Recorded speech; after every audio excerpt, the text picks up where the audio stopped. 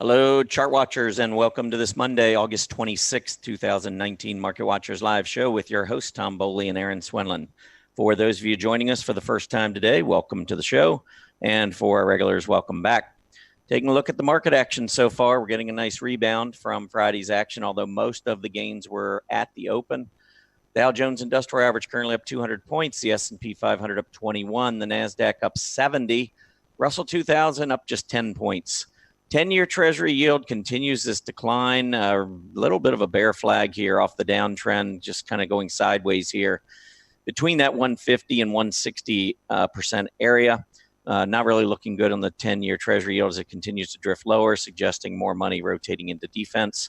Volatility index, big bump on Friday. One problem I have today is that even though the market is moving higher, volatility is not coming down at all.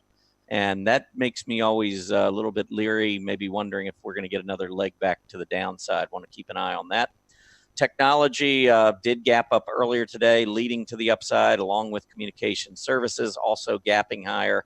Not really showing any kind of sustained move to the upside. And again, that just makes me think more manipulation. I'd be a little careful with the action today. Financials, double bottom in, bouncing, but financials and industrial actually having the smaller bounces today, not really performing as well as some of the other areas. All 11 sectors are higher today, though. The renewable energy space showing a nice bounce. This has been the best performing group in 2019, so seeing a little bit of relative strength there again. Computer hardware, I'm going to look at this chart in just a bit. I think that there's a little under the surface strength that continues to build in computer hardware.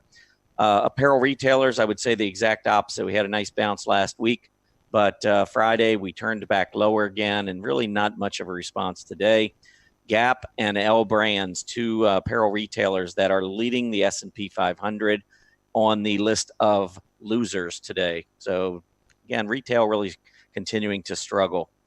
All right, Erin, a new week, almost a new month. We're getting close to Labor Day, and temperatures here are cooling off. How about out there in cooling off? I guess maybe if you consider the high 90s cool.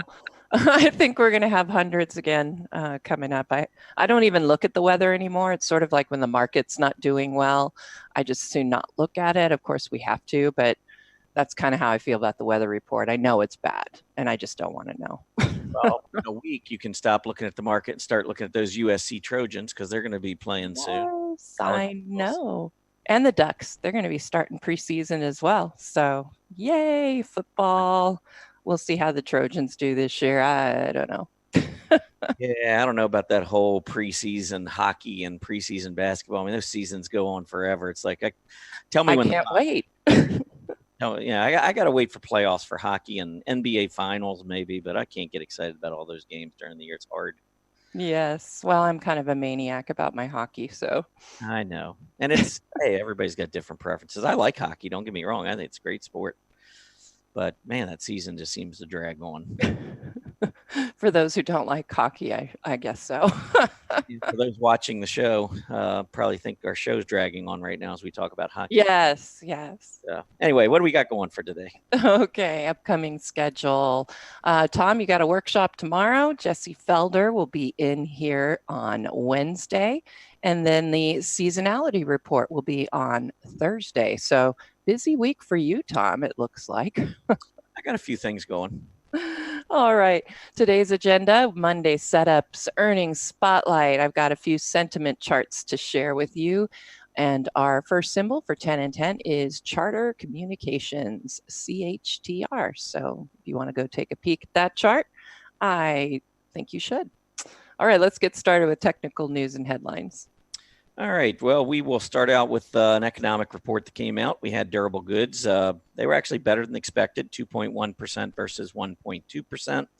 And then when we strip out the transports, they actually fell a little short, falling 0.4%. Market was just expecting a flat reading.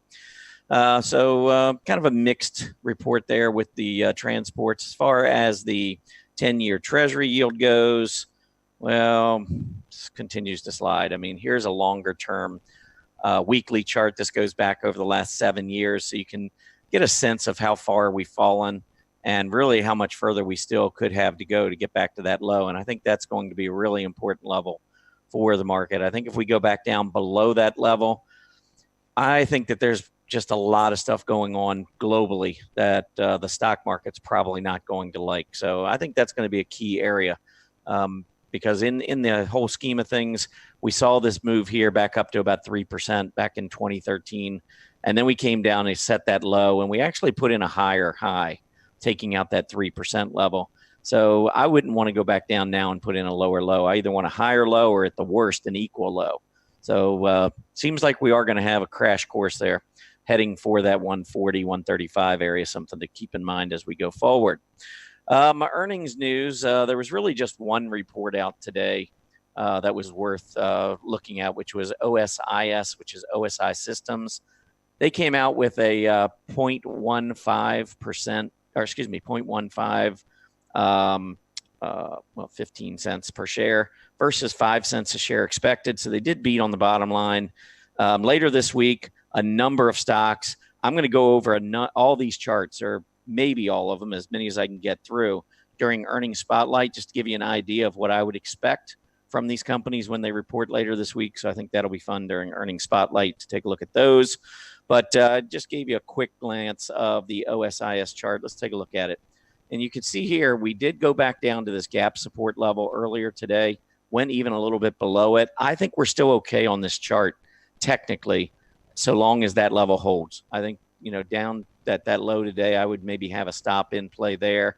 Maybe you could go a little lower. You've got gap support down around 90, or maybe this triple top when we broke up above it around 91. But maybe just be a little conservative, I would go down to 90. But that 90 to 95 area, I think, is critical on this chart. I think if we close below 90, I think it's a character change on the chart.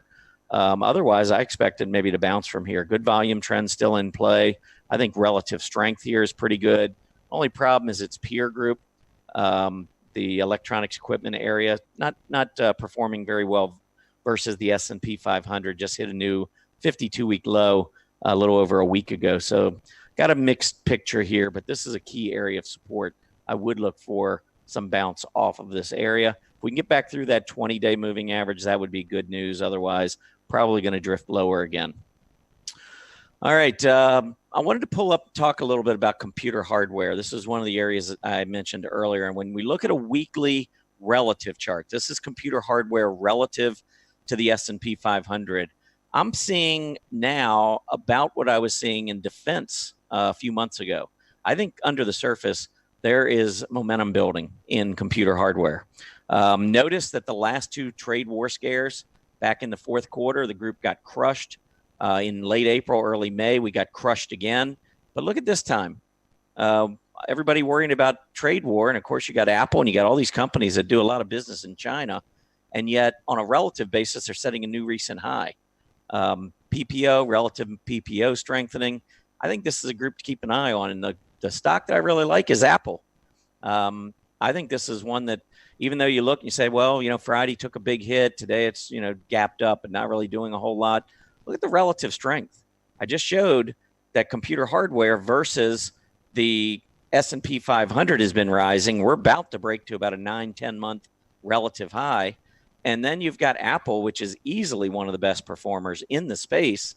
Good volume with their earnings report. They had broken out. I think that these pullbacks are opportunities in Apple. I think we're going to get a breakout in Apple to help lead the market higher. We'll see whether or not that takes place, but that's what the market is telling me right now. Retail apparel, or apparel retailers, this is a 2-year weekly chart. And I think you see a different picture here. And if I go in and take a look at the relative strength of the industries, this is in the consumer discretionary area. So let me go down here and pull up this relative chart. And you'll see a completely different picture. Fourth quarter, this group got hit. April, May, this group got hit. And then so far in August, it got hit again in relative strength. So this is a group that continues. Every time there's fears and the market gets fearful about the trade war, apparel retailers is a group you want to stay away from. And I think they're showing that again today. Okay, I'm going to move over to the dashboard here for a minute. And I wanted to point out PDCE over here. It's one of the top scooter movers to the upside in the small cap arena. And you can see from that mini chart that it's performing pretty well. Well, let's go over here and take a look, get an update on this chart on a relative strength basis. Here you can see PDC Energy making that move in terms of a scooter, but as it's making this push to the upside, it's failing at some key resistance. This is a stock that's been going down for quite a while. It's part of a group that's been one of the worst performing areas of the market, not just within energy, but anywhere. And so you've got a really weak group, and the stock is bouncing a little bit relative to its peers, but its peers remain weak. And I don't see any major breakout at this point. I think 29 to about 38, or excuse me, 30 and a half is key resistance. You've got that 50-day moving average coming in at 30.29 right now. Heavy volume, but we've seen heavy volume. When you get, if it's a failed breakout, that's not necessarily a good thing. So this has been a nice performer today, getting a big push to the upside in its scooter, but I would be a little careful, and for that reason, it is my scooter mover of the day. All right, time to look at a few upgrades and downgrades. All righty, we're going to start with Canopy Growth. I know a lot of interest in that usually for our 10 and 10. And as you can see, it's not been having a very good couple months since really it started down back in May. And it just has not really managed to catch any upward movement here. Oh, we seem to see these failures, but it was upgraded today by Seaport Global Securities from a neutral to a buy. They did not give us a target, but I would say I was looking at a longer term chart. So I'm going to mark this right here. This is current support. We do have a higher low, so I guess you could call this a bottom at this point. But we'll see, what does this look like when you go back and look at that support area? This could be a very interesting area of support at these lows that we saw back here in it looks like in the second, third quarter of 2018.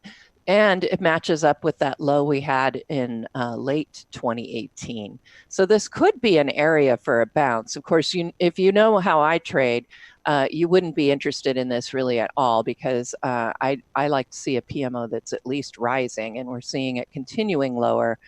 On balance volume, also not looking too good here. It's been in decline, basically confirming the downtrend that you can see that CGC has been experiencing. So it was upgraded today though, and let's look at another upgrade, and that would be Lyft.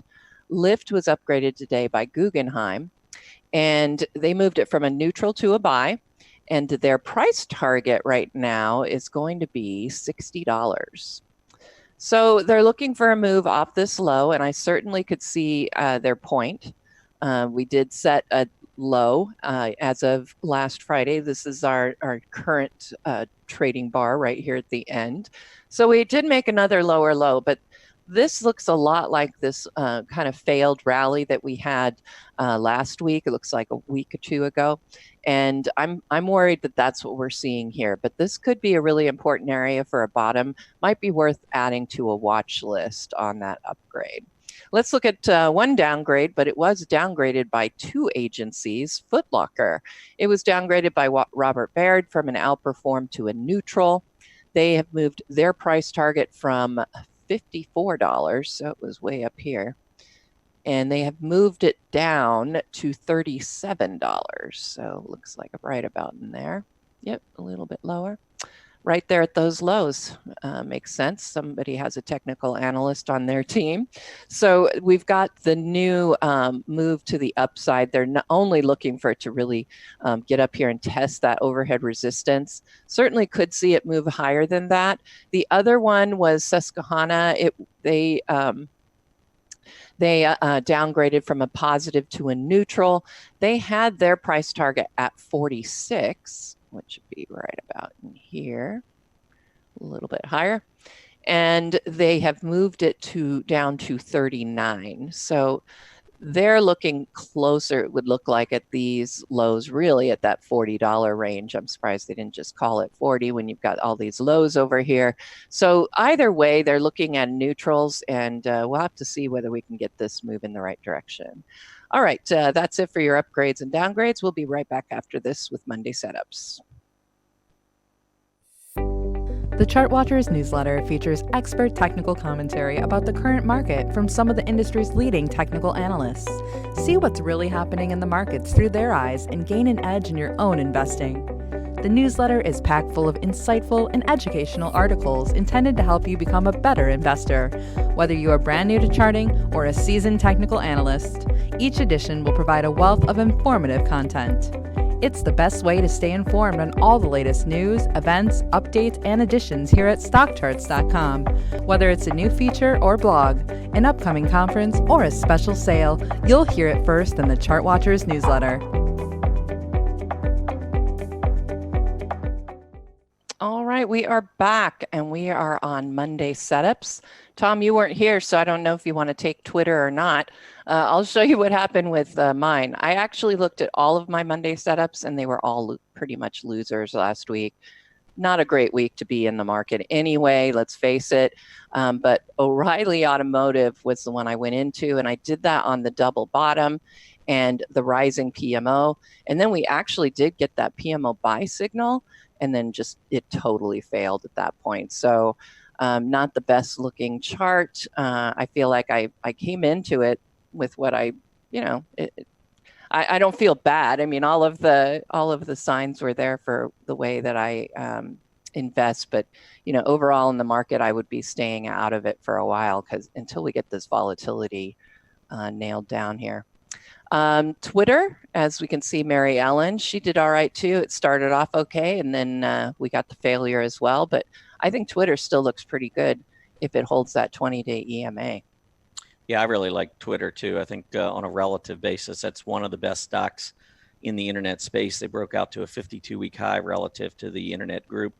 So I think this pullback on lighter volume actually is a pretty good opportunity. I wouldn't be shocked if the market's bad that it could go back, maybe test that 50-day moving average. But I think eventually we're going to get a breakout on Twitter. I think it looks pretty good. Yeah, it's sitting right here on that support level that was set here. So good job, Mary Ellen. Didn't work out for either of us last week, but maybe we'll do better this week. I'm going to go ahead and start off with, let's see, CoreSite Realty. And I have to tell you guys, I would not be getting in the market right now. It took me, I can't even tell you how many scans I ran to try and find something that looked somewhat appetizing for this segment today. So I'm not really, I think that the ones I picked could have a pretty good move, obviously, or I wouldn't have picked them, but I would not be jumping in at this point. So the first one is REIT, CoreSite Realty. It's been in a consolidation zone for a while here. It looks like it, we had a flag, got the breakout above the 20. You can see the 20 is just about ready to cross that 50-day EMA. I've got the buy signal. I like this one. It seems like it's primed for a breakout to the upside. Watching that momentum building, look right here. You can see even after this, and we had this consolidation zone still moving up quite quickly, the momentum on that one. So I liked CoreSite. Dollar General, which you'll find in the polls. So go take the poll. PMO buy signal is on tap here. Well, actually, we've had it. Nice scooter. We're seeing a nice move on the OBV. If you look here in the thumbnail, those higher lows, rising bottoms. And, we've pulled back here to that 5-day EMA. We might see it pull back a little bit further to the 20, but I think this one is starting to perk up and look interesting based on the momentum. Intuit, I skipped gold, but I'll go back there.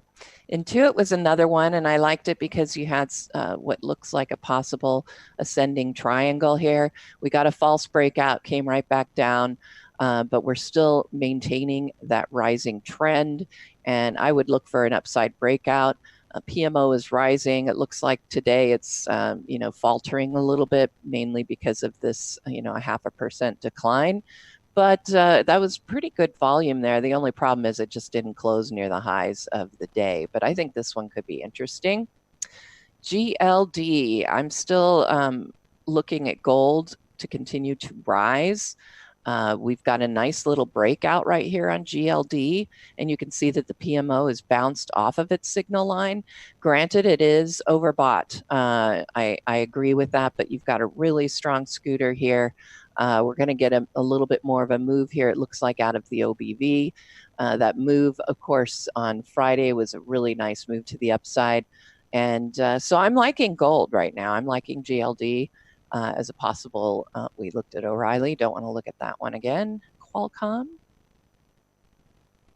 And there we go. Qualcomm, it was one of those things. It's not one that I normally would look at. The PMO is sort of flattened out here, but it makes sense with the big decline that we saw on Friday. And we are starting to see a bounce here off of that 20-50-day EMA, which had just had a positive crossover. So I think Qualcomm still looks pretty good as a possible entry. But again, like I said, I'm not looking to enter the market. This is kind of an exercise. I'm considering it this week especially. All right, but this is the one I'm going to pick, and I did not get this from any of my scans. I was going through the upgrades and downgrades, and I saw this chart, and I thought it looked great. So it became my Monday setup. And let me just show you what I'm looking at right now, why I think it's great. Well, first of all, I'm going to show you the double bottom that's coming in here off of this declining trend, which is what you want to see when you go into a double bottom, because it is a reversal pattern. We can see that it popped above the 20 last Friday, but it did fall back down, but it's maintaining a nice little rising trend here. You can see, but the biggest thing that I think is the most interesting is that double bottom. And when you draw in the confirmation line, just draw that in right there, get rid of the arrow, and we don't need this anymore. It's getting in the way. There we go. So you can see this is your confirmation line, and today we gapped up and we made it back above that confirmation line. It's not a decisive breakout, but boy, I really like that the PMO's already had a crossover buy signal. I think we could see this one move higher. I have an upside target here. I would look at about 2250, 2275 is my upside target. If I were to buy into this, the stop would, of course, be below the double bottom. I would probably allow it on an intermediate term trade to travel even a bit lower down into this, where this low is back here, about 1950. If you want to be really conservative, of course, wait till it breaks down from here and then watch it and look at it. That's the best time to hold on when people are selling. That's when they say to be greedy and buy. But at this point, I do like this breakout. So that is my Monday setups. What about you? All right, I will go into those in just 1 second. I do want to just point out what I mentioned earlier on that Twitter chart. You can see the double top here in the internet space, pulling back off of that. Not too surprising, especially August. Market's been weak. But when you look at the Twitter relative to the group, you can see that it's been building for the last 2 months to the upside. Also clearly outperforming the S&P 500 with a definitive break above that 52-week relative high. So Twitter, I think, performing very well. And this is one that I think on a pullback starts to make a lot of sense. But I kind of share your sentiment a little bit, Erin. I think with the volatility index today, especially, when you get a big up day like we had at the open, normally the volatility index goes down. Today it is actually up slightly. And so fears are still elevated. I think folks are still, reeling a little bit from Friday and the escalation of the trade war. And so I don't know that there's a lot of folks really buying into this move to the upside yet. So given that background, I think you have to also recognize that the S&P 500 is sitting in this range. Back on Thursday of last week, we were at 2940. It looked like we were maybe poised to make the breakout, but never made it. Friday, it looked like we were ready to fall apart, but we held on to support. So I think right now this 2820 to 2840 area is going to be important on the S&P 500 to the downside. And I'm going to say right around 2940 to maybe 2950. You got that 50-day moving average sitting around 2946. So I need to see either break out to the upside or a breakdown to the downside. If we break the downside, I think we're going to go back and test that May, June low. which also was that March low. And that would be just about 10% off of the high we saw from July. I don't expect we're going to see anything more than that if we go down there. If we hold this support level and can break back out again, I think the S&P 500 is going to rally to another all-time high. So watching the short-term back and forth area pretty closely. And with the VIX, like I said, remaining high, I think you have to approach the market right now with a little bit of short-term caution. So I would be thinking about, if I'm entering, I would be thinking about entering in a couple of stages. So VIPS, I really like. This was a huge move up with the earnings. You can see the heavy volume. 4 straight days, the stock went from $7 at the low after earnings to $8.75. That's a lot of accumulation taking place. It's pulling back. It was inevitable. I mean, the stock doesn't go from 6.25 to 8.75 very often without at least some selling. So I think the pull back down here to these moving averages is an opportunity. But as I said, I'd probably be a little more cautious, so maybe half entry. Second entry, if it were to get down to 7.25, I think would be very interesting. And I'd keep a stop below $7. I don't think there's any reason why VIP Shop should trade down below 7, but I think eventually we're going to turn back up. I think the market goes higher. And I think this one is beginning to show some nice leadership. Just moved to about a 4-month high relative to the broadline retail group. And broadline retailers are trying to strengthen off of an area of relative support. So I'm going to go with VIPs for this week.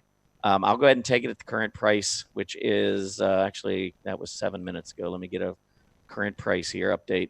All right, 785. So I'll go with 785. And I'll just go with that from, no second entries as far as our little weekly contest goes. But I think I would be maybe a little cautious on stocks right now entering. I would have second entries ready in the event the market sells off again. That's just the way I approach the market when the volatility index is high. If the volatility index was sitting at 10, I would be buying dips. I wouldn't even be thinking about a second entry. But because the volatility, I mean, stuff comes out of nowhere. We get a tweet, we're down 600 points on the Dow like we were on Friday. I think it's prudent to have a little bit of cash available. So VIPS is my pick. Let's go over a couple of the other ones that I had. And the first one is EHTH. This one I actually own, and I also had this one as a setup not that long ago. I think it was right around in here. It was probably on this candle, which I think was a Monday. And it might have been around 99 or even 100 when I talked about it. But the stock in 3 or 4 days went back to 110. We got the double top, pulled back. I think we're sideways consolidating off of a big uptrend. So I like the stock down here around 95, maybe just under 95. There was a prior high there. The 50-day is sitting at 93.5. So again, if I was getting in, maybe an entry current price, second entry maybe around 94, 95. And I'd have a closing stop below that 50-day moving average. I'd keep a tight stop on it. But EHTH, I think, looks good. If you look at it relative to the life insurance group, it's one of the best. The big problem for this stock right now is look at what life insurance has been doing. With the 10-year Treasury yield falling, life insurance companies tend to get hit. I think that's very evident from this chart. But this is a significant outperformer and leader in the area. So I'm willing to give it a little bit of room to the downside for the potential of a big reversal. All right, next up is Keys. This is one I talked about last week with earnings. I actually held it for a day.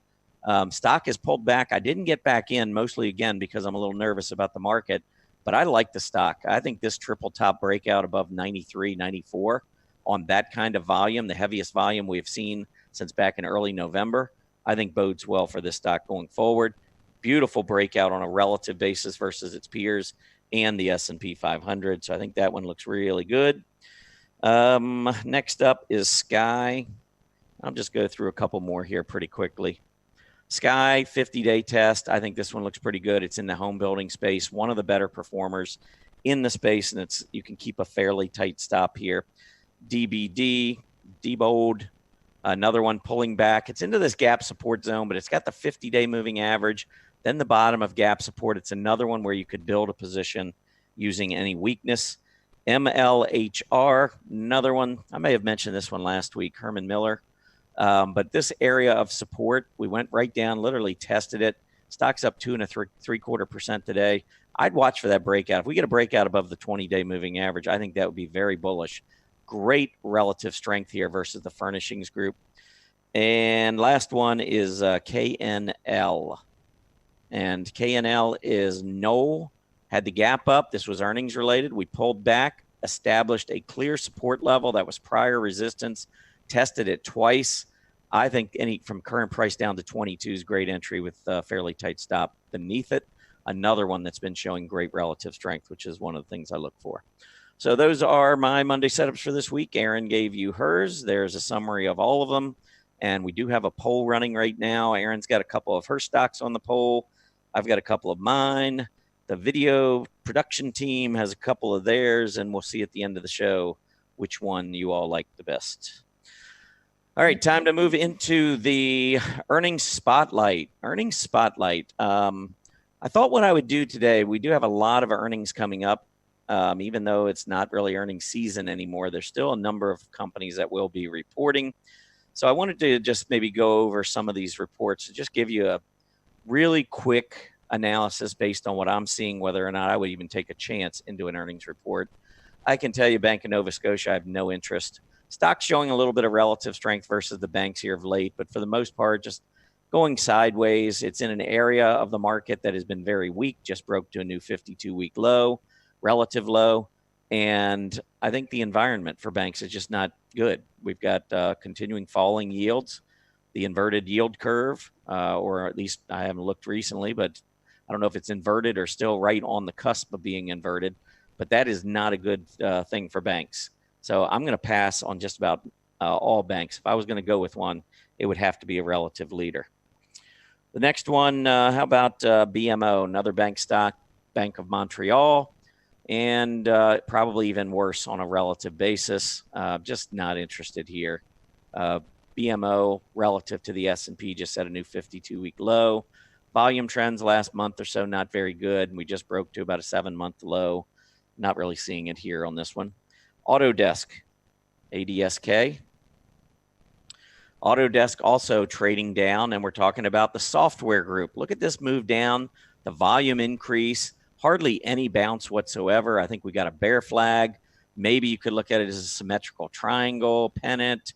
I don't know, whatever you want to look at. It doesn't look good to me. Downtrend versus the software group, and the software group's been strong. So if I'm going to own a software stock, it's not going to be Autodesk. I don't know what's coming out of their earnings report, but I would not trust this one at all. Viva, VEEV, this is another software stock, and this one I feel a little bit better about.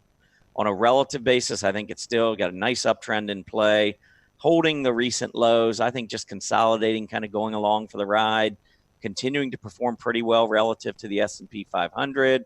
When we look back, the last quarter, you saw the huge move to the upside with its earnings report. I thought that was one of the better earnings reports of that quarter.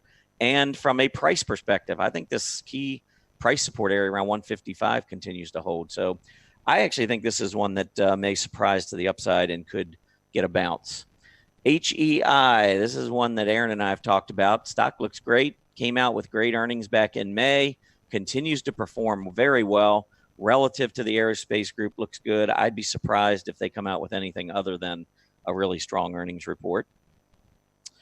Next is Brown-Forman, BF.B, or maybe it's BF/B. And on this relative chart, you can see we just broke out. I think this is one of the stronger stocks within the vintners and distillers area. We did just get a breakout. I think that this is going to be a pretty decent report here based on the way the stock is traded. OKTA, back to software, another one of the leaders. OKTA holding up very well. Markets had a really rough August. You wouldn't know it by looking at OKTA. It just set a new 52-week high relative to the software group. I think there's continuing accumulation, quiet accumulation going on here. I think that as anyone gets fearful and sells, I think you got waiting buyers in the wings. I, again, would be surprised if we see anything other than a solid report out of OKTA. Tiffany's going to be reporting, and I don't know. This one I'd be a little worried about. Specialty retailers versus the S&P, not good. Tiffany's on a relative basis to both the specialty retailers and the benchmark S&P 500, not good. I think there's bad news out there. Nothing saying they can't, turn around things, but I would not be expecting a whole lot out of this report. Five Below, FIVE. This is another specialty retailer and another one that I'm not a big fan of. It's shown a little bit better relative strength here in August. Volume trend's not bad, but we failed at the 50, starting to roll back over. Watch that 20-day moving average. If that doesn't hold, wouldn't be a particularly good sign. Back to the banks, we'll go with Toronto Dominion Bank. This one on a relative basis looks better to me than the other two. Again, because it is in the banks not performing well, environment not great, I would not be holding it into earnings. But it does look on a relative basis like Wall Street does favor this one over some of the others. Workday, another big software-related name. This one is going to be very interesting because look at the relative strength. I mean, we had tremendous relative strength and a high back in February. Couldn't quite get through it in May. And now for the last 3 months, we have been underperforming software in a pretty big way. And, you know, you look at the volume, most of the big volume days are down days. We just saw a break to about a 4 or 5 month low. We're failing at the 20-day moving average. And again, this is in a group that's not been that bad. So I don't know. Workday scares me a little bit heading in. And maybe they'll right the ship. Maybe this is an opportunity for a lot of accumulation to take place. But I'm a little worried by the way it's trading. This is a riskier stock in my mind to hold into earnings. Dollar General reports later this week. DG, this is one that I've liked for a while because of relative strength. If I was going to own a specialty retailer, I think Dollar General is one I'd strongly consider. The weakness that we've seen, again, the overall specialty retail group just keeps going lower. But look, we went down and now we're actually starting to turn back up again, which is showing tremendous relative strength. I think Dollar General could have a pretty decent report. It's not in the greatest of spaces right now, but I think we're going to probably hold on to this range between 145 and 132. So I'm not sure. I think we'll have a good report, trade somewhere in this range after earnings, and then I'll wait to see which way it breaks. But I think DG looks pretty good among those specialty retailers. All right, next up, Dell, DELL. Dell Technologies, big breakdown, heavy volume, lots of distribution taking place, relative strength horrible. No interest there whatsoever for me. Dollar Tree, just talked about Dollar General. How about Dollar Tree, DLTR? Different animal on a relative basis here. I don't see the same type of strength. I don't see the same type of absolute strength or relative strength. Again, here we had a double bottom at $95. We failed to hold it. So far, we're coming up and failing at gap resistance and that 20-day moving average. I'd be a little scary, I think, or a little scared. Well, I probably am scary, but I'd be a little scared holding the stock into its earnings report. Alta's, this one I wouldn't be surprised if they came out with decent results. The relative strength's holding up again versus those specialty retailers. I'm not seeing a mass exodus in terms of volume. We're holding on to that May low. I wouldn't be surprised to see a good report and a gap up. The question for me is going to be how far does it gap up? If it doesn't clear that July high, then I think we're probably just going to continue to consolidate for a while, especially as long as the group remains challenged on a relative basis. Next up is Best Buy, BBY. Big move down, heavy volume, losing its moving averages. You can see the failure here on that move back up on heavy volume, only to go down, set another new low. The specialty retail, again, is an area not too great, so I'm going to have to see a leader. I don't think Best Buy is a leader. I would be a little nervous on that one. Marvell, MRVL. Key support down around 23.25, 23.5. We're almost there. This one's holding up pretty good relative to the semis. I think volume trends remain pretty good here. I wouldn't be surprised to see a decent report on Marvell. COO, just 2 or 3 more here. COO, Cooper Companies, holding on here to the upside in the medical supply group. Medical supply, not exactly the greatest area, as you can see, but this is one of the stronger stocks within the space. I'd maybe watch that low around 320 and see if it holds. But I wouldn't be surprised to have a good report here. I think on a relative basis, we're seeing money rotate in here. Burlington Stores, relative basis, very strong. This is apparel retail, which has been horrible, as we know. But this has been one of the better stocks. I think it's in a trading range, 165 to 185. If it breaks out of it one way or the other, I would respect it. And then the last one is Campbell Soup. Go with a defensive stock in the staples area. And all right, we're making a breakout. This, if you're nervous about the market, this is the type of stock that I wouldn't feel too badly about holding into earnings. A relative leader versus the S&P, leading versus the food products group. You're already in a fairly defensive group. It's not a big mover one way or the other. I think it's probably going to have a pretty decent report, and wouldn't be surprised to see it maybe move above 44 and break to a new high. So those are the earnings spotlight stocks that I have. And I know, Erin, a lot of times we do sentiment on Mondays. We don't have time for a full-blown sentiment report, but I think there were a couple charts you were looking at. Absolutely. I did find a few that I will share with you. We won't go through, like I said, all of the charts, but here are just a few that I thought were especially interesting. First one is the put call ratio. We were in oversold territory, started to see the move upward. Of course, these are inverted scales. We started to see the move upward, and that's a bullish sign as far as sentiment goes. People were very bearish, and it was starting to rise a little bit, and typically that's when we're going to see those moves to the upside. You can see right here when we bottom. And so I was really looking for that, but I've been calling the fact that this decline, excuse me, this decline is a lot like what I was seeing in May. And so I should have really thought about that because we're looking at a possible double bottom here if we do get back down and then turn back up. But the main thing is we are oversold as far as the put call ratios go on sentiment. And I wanted to show you the name exposure index. And let me make sure this is the right one. There we go. And you can see that active money managers last week were raising their exposure. So they're feeling a little bit better about the market right now. I wouldn't say that it is in like an overbought territory.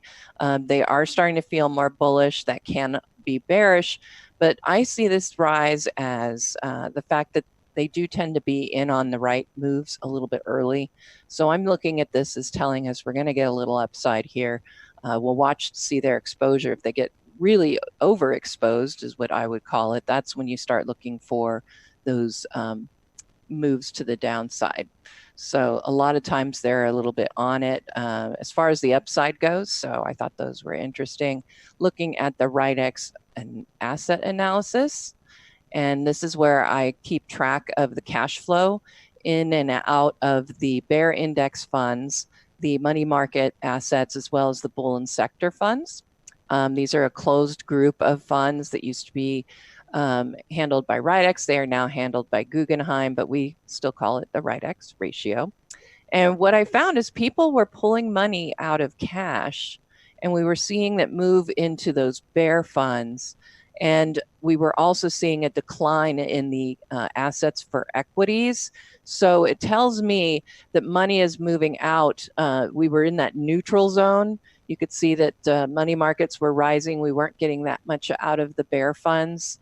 And we were looking at mostly flat equity funds during that period of time.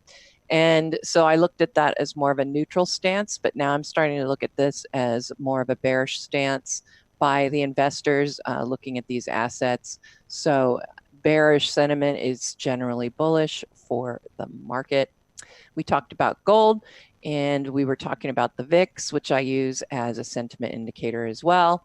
And as Tom was saying, we're starting to see those numbers rise again. And, we got just above that moving average, started to turn back down. But as I see this, I'm looking for a penetration of that lower Bollinger Band on this inverted scale. And we're not quite there. So that tells me in the shorter term, we could see a little bit more downside, get that VIX even more on the oversold area as far as sentiment goes. But you can see these really spiky climactic breadth readings that came in. And those I would certainly say are, looked like a selling initiation to me because we were already moving up and then we got the spike to the downside. So I would have been looking for lower prices over the next few days. And I have to say, looking at the VIX, I still think we might have low prices. That's all I got for sentiment. So we can go right on in to the 10 and 10. And I do not have an RRG at this point. So I thought we would just go ahead and get started then with Charter. All right, first one up, Charter Communications, and here it is. I actually kind of like the stock. I'd like to get a confirmation, but you can see, first of all, broadcasting and entertainment relative to the S&P 500. I would watch this level. I think that we saw a lot of relative strength back in the last quarter of 2018. It held up for most of the first quarter of 2019. We had another surge, and then we've just been going sideways. So I think overall the group looks pretty good. And then when I look at Charter relative to the broadcast group, you can see in August with all this weakness, money is rotating into Charter relative to its peers, and it's at about a 5-month relative high and not far to go to break out. And versus the S&P, same thing, not far to break out. Its 52-week relative high was set just about a month ago. So the stock is a pretty good performer within its peers amongst the S&P 500. And volume is not bad. I mean, we saw some heavy volume on the way down, but we also saw pretty good volume here on the way back up. I just think I want to see a breakout above this 400 level. So with the stock today up 2.7% and right near resistance, I wouldn't jump in. I'd either need to see this breakout, or I would see and wait and let it get back down closer to that price support area. But I think Charter looks pretty good on a relative basis. I would be okay. If I already owned it, I would hold it. I think eventually we're going to get that breakout. All righty. The most popular in the chat room is Buckle Incorporated. You were talking about apparel retailers, BKE. Yeah, well, I just don't like the group. I mean, Buckle did have a huge run for 2 months relative to the group. And you can see that's where it's showing up here on the absolute chart. But it's hard to trust this group. And you can see right away we had this huge down day. I'm not sure if that was earnings related or not. I want to say earnings came out at the end of last week, and it was this candle here. But I'm not positive on that. I would probably watch this recent low around $17, the recent high at 21. So those would be the two areas if I was annotating, just keeping an eye on this chart. I think those are the two levels that are most important technically, but I would probably avoid it simply because the group has been so weak. I would need to see a stock that has really been outperforming apparel retailers for quite a while and hasn't really looked back. This one's shown a little bit of strength for 2 months, but I just don't trust it, so I would pass. All right. The next one up is Tandem Diabetes. Yeah, I know that this one had bounced back recently, was starting to show some relative strength again. But I didn't see what happened at the end of last week. So let's pull it up. Oh, it's continuing to move higher. We've got some short-term overhead resistance, but what I love about this stock is it was a huge outperformer back when it ran from 27.5 to 75.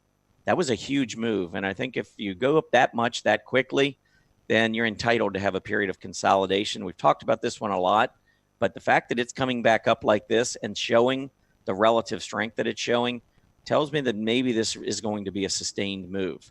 I would watch two levels to the upside that I think are important. These recent failures have all come at $70 back on Friday, and then earlier in August, back in July, again, the middle of June, multiple tests up near $70. That's test number one. And then ultimately it's at 75 area. So as we get up in here, I think we're going to have to obviously have a lot of buyers to get through this resistance level. But if we break through 75 ultimately with volume, I think you'd probably be starting another big run on Tandem. I like the stock. All right. The next one is Roku. That was also a very popular request. Yeah, I love Roku. I own this one. Talking about relative strength, I mean, this has just been a monster. And what's really encouraging me about this stock now is that it's got computer hardware, as I mentioned earlier in the show, beginning to show relative strength. So now you got one of the leaders in a group that is just beginning to show signs of relative strength. So I really like Apple, but my favorite one in this group is Roku. And there is your couple of, actually, I don't even think it will go back and fill that gap, to be honest. I think at this 112 to about 120 area is probably best case if the stock were to fall back. great volume trends again with this push to the upside. And even with the market struggling, and we're talking about all this, worries, all of the stuff that Erin and I are talking about, the worrisome volatility issues and that sort of thing, Roku setting a new all-time high. So, and volume going to be heavy again today. So I think this is a stock that continues to be a very, very strong performer. It's, again, one of my favorites. I own it. Don't have anything bad to say about it. All right. I like the looks of this chart, only long-term it's a little worrisome. Bed Bath & Beyond, BBBY. It's the first time I've gotten a PMO buy signal since, wow, forever. But that turned out to be a fake out signal anyway.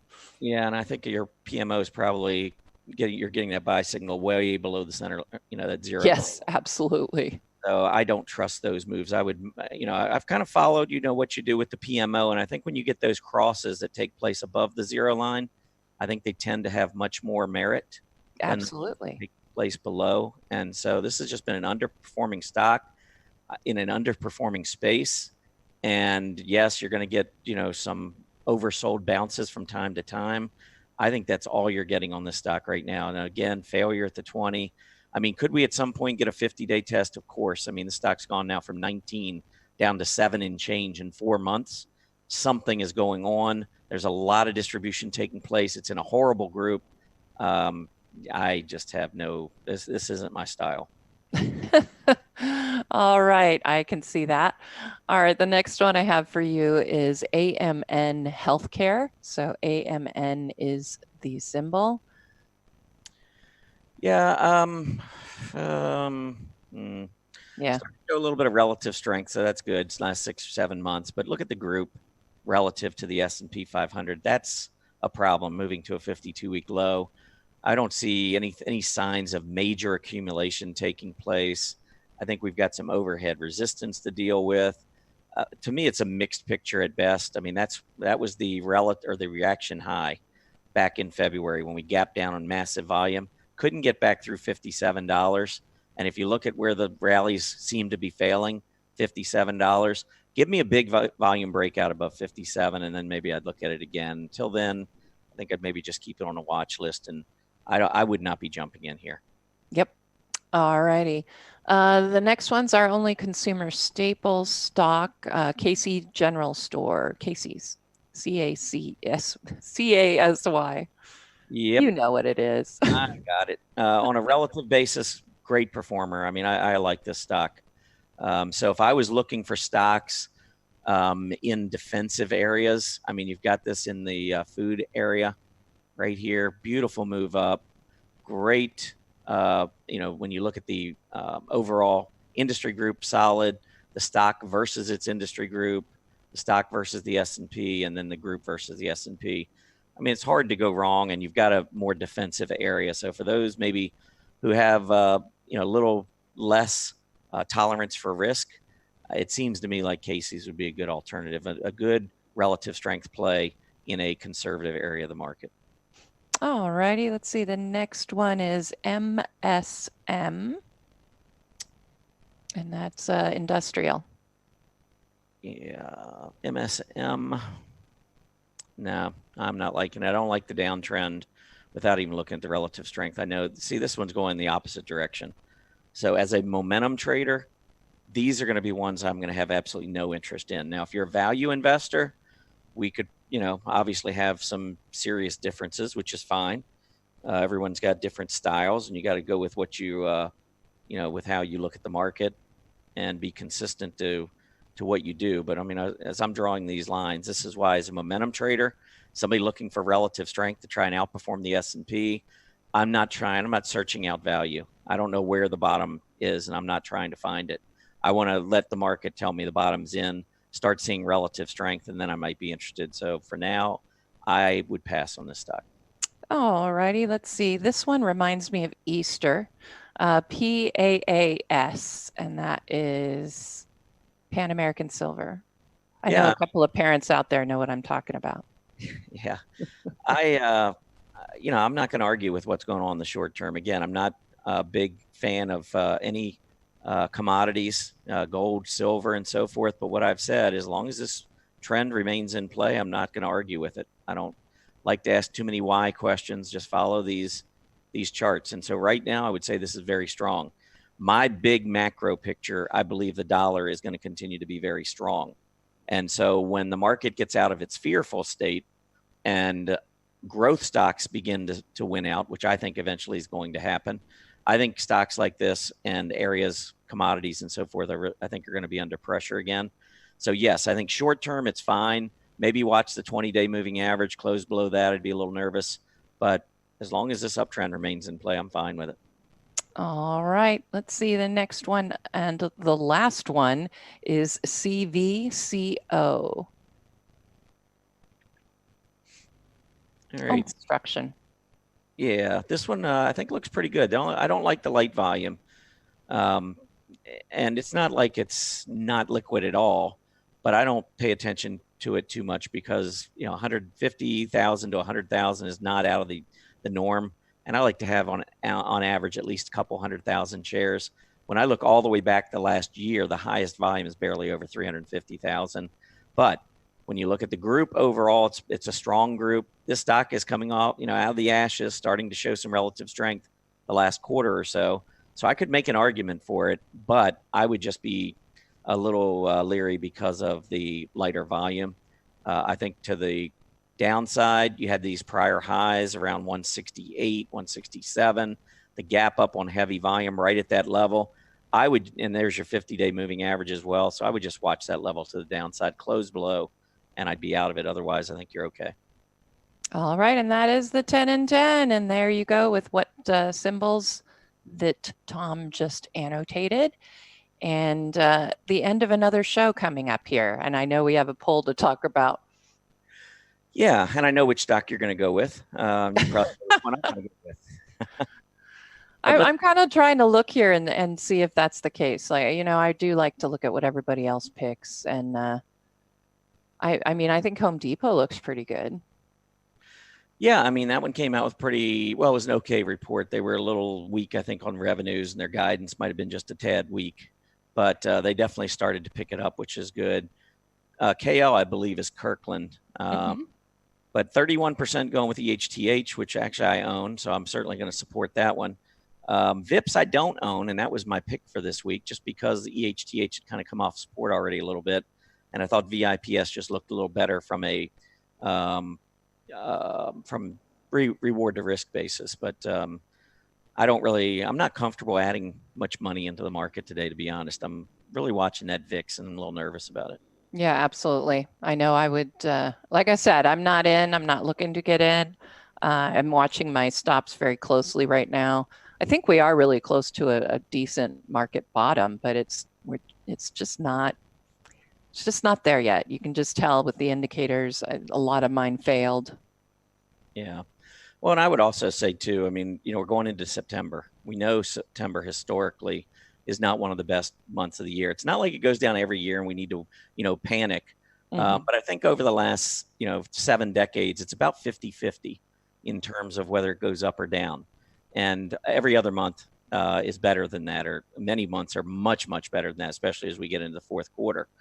So, I would be a little careful because of that. Sideways consolidation here on eHealth. I did just want to bring up KL very quickly and just show you the chart here, because this is the Kirkland Gold, Lake Gold, and it is trying to make a breakout. I don't fault anyone for going with this stock either. It's been a great performer.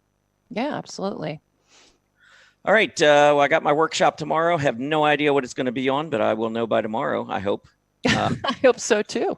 And then you can see the rest of the schedule there. I want to thank all of you for being with us today. Please remember to complete the survey as you exit. It is located below your video player.